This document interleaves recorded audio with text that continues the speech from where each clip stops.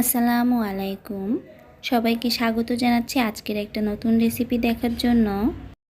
আজকের রেসিপি মলা শুটকি ভর্তা। গরম ভাতের সাথে এই ভর্তা খেতে অসাধারণ লাগে। সহজভাবেই কিভাবে এই ভর্তাটা করবেন এবং এর পরিষ্কার পদ্ধতিটাও আমি এই ভিডিওর মাধ্যমে আপনাদেরকে দেখিয়ে দিব। আশা করি ভালো লাগবে। এখানে আমি মলা শুটকি নিয়েছি। অনেকের কাছে শুটকি মাছ পরিষ্কার করাটা একটু কঠিন মনে হয়। আমি আজকে যে প্রসেসে পরিষ্কার করে দেখাবো, এরপর থেকে আপনাদের কাছে শুটকি মাছ পরিষ্কার করাটা আর কোনো ব্যাপারই হবে না। প্রথমে ফুটন্ত গরম পানি শুটকি মাছের ভিতরে দিয়ে দিবেন এবং 15 মিনিটের মতো শুটকি মাছটা গরম পানির ভিতরে একটা ঢাকনা দিয়ে ঢেকে রেখে দিবেন।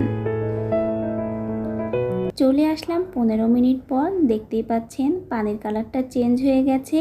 গরম পানিতে ভিজিয়ে রাখার ফলে শুটকি মাছের গায়ে যে ময়লা থাকে সেটা গরম পানির সাথে মিশে গেছে। এখন খুব সহজেই হাতের সাহায্যে আপনারা শুটকি মাছগুলো পরিষ্কার করতে পারবেন।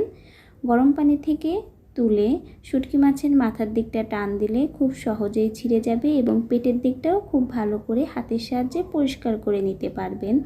পানিটা গরম থাকে, সেজন্য আপনারা এখানে পানিটা ফেলে দিয়ে ঠান্ডা পানি নিয়ে খুব ভালো করে সমস্ত মাছগুলো পরিষ্কার করে নেবেন। মাছগুলো যখন ভালো করে সব পরিষ্কার করা হয়ে যাবে, হাতের সাহায্যে ভালো করে পানিতে কয়েকবার মাছগুলো ধুয়ে নেবেন। এতে করে সকল ময়লায় মাছ থেকে বের হয়ে যাবে এবং মাছগুলো খুব ভালো করে পরিষ্কার হয়ে যাবে। মাছগুলো আমি পরিষ্কার করে ধুয়ে নিয়ে আসলাম। দেখতেই পাচ্ছেন মাছগুলো কতটা সুন্দরভাবে পরিষ্কার হয়েছে। কোনো ধরনেরই ময়লা নাই শুটকিতে।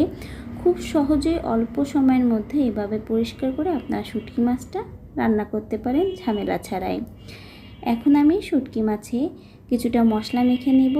প্রথমেই দিয়ে দিয়েছি আদা বাটা, পেঁয়াজ রসুন বাটা, গোটা চিড়ে দেওয়া রসুন, স্বাদমতো লবণ, হলুদ, কিছুটা ভাজা জিরা গুঁড়া। এখানে আপনারা চাইলে শুকনা ঝালটাও দিতে পারেন, আমি দেইনি। ভালো করে মেখে একটা কড়াইতে তেল গরম করে মশলা মাখা শুটকি মাছগুলো অল্প আঁচে ভেজে নিব। এতে করে শুটকি মাছ থেকে আর কোনোরূপ গন্ধ আসবে না, আর খেতেও খুব সুস্বাদু হবে। সময় নিয়ে ঢাকনা দিয়ে শুটকি মাছগুলো ভেজে নেবেন। ভিডিওটা দেখতে দেখতে যদি আপনাদের কাছে ভালো লেগে থাকে অবশ্যই কিন্তু ভিডিওটা লাইক করবেন। বেশি ভালো লাগলে ভিডিওটা শেয়ার করে দিতে পারেন পরিবার ও বন্ধুদের কাছে। ভালো করে ভেজে নিচ্ছি। যখন দেখবেন মাছগুলো ভালো করে ভাজা হয়ে গেছে এবং রসুনটাও সেদ্ধ হয়ে গেছে, তখন আপনারা ভাজা শুটকি মাছগুলো নামিয়ে নেবেন এবং ব্লেন্ডারের সাহায্যে বা শিলবাটার সাহায্যে আপনারা ভালো করে বেটে নেবেন। আমি এখানে ব্লেন্ডারের সাহায্যেই বেটে নিয়েছি।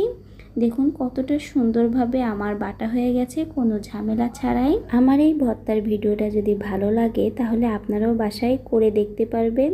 ইনশাআল্লাহ খেতে খারাপ লাগবে না।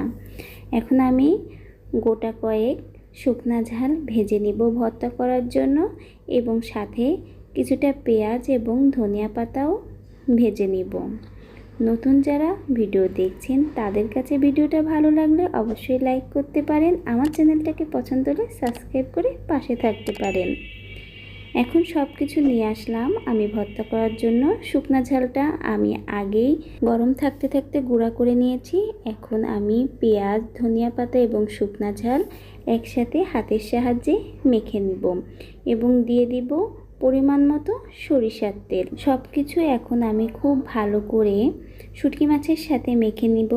এখানে আমি শুটকি মাছ ভাজার সময় লবণ দিয়েছিলাম, তো লবণ আর দেয়নি। আপনারা চাইলে স্বাদ অনুযায়ী লবণটা ঝালটা দিবেন। তৈরি হয়ে গেল আমার সুস্বাদু মলা শুটকির ভর্তা। আর ভর্তাটা খুব সহজভাবে ঝামেলা ছাড়াই আপনারা সহজেই করতে পারেন। কেমন লাগলো আপনাদের কাছে আমার এই মলা শুটকি ভর্তা সেটা কিন্তু কমেন্টে জানাতে পারেন। সময় নিয়ে আমার সঙ্গে থাকার জন্য সবাইকে অসংখ্য অসংখ্য ধন্যবাদ। আজকের ভিডিওটা এখানেই শেষ করব। সুস্থ থাকবেন, ভালো থাকবেন। আল্লাহ হাফিজ। আসসালামু আলাইকুম।